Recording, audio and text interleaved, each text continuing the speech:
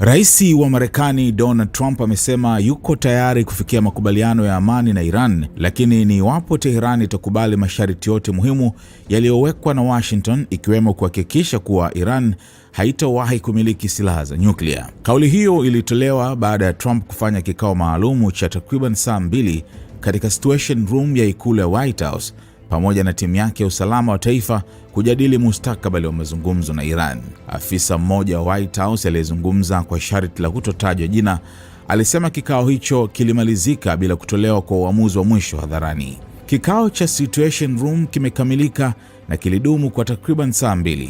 Rais Trump atafanya makubaliano ambayo ni mazuri kwa Marekani na yanayoheshimu mipaka yake ya msingi.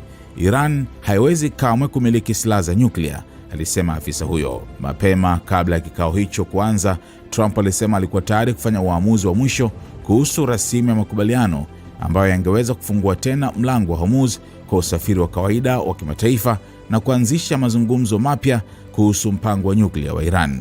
Wakati huo huo, msemaji wa Wizara ya Mambo ya Nje ya Iran, Ismail Baghai, amesema Tehran na Washington bado zinaendelea kuwasiliana, lakini makubaliano yoyote ya awali kati ya pande hizo mbili bado hayajakamilishwa. Baghai pia alisema hakuna uthibitisho wa mwisho kwamba kiongozi mkuu wa Iran, Mojtaba Khamenei, ameidhinisha makubaliano yoyote yanayojadiliwa kwa sasa. Kwa upande mwingine, waziri wa ulinzi wa Marekani Pete Hegseth amesema Marekani bado ina uwezo mkubwa wa kurejea vitani dhidi ya Iran ikiwa mazungumzo yatashindikana.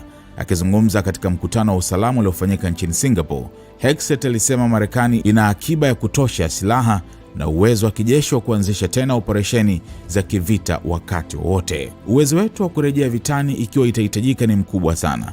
Tuna akiba ya kutosha ya silaha na uwezo wa kutekeleza operesheni hizo si tu katika eneo hilo bali duniani kote.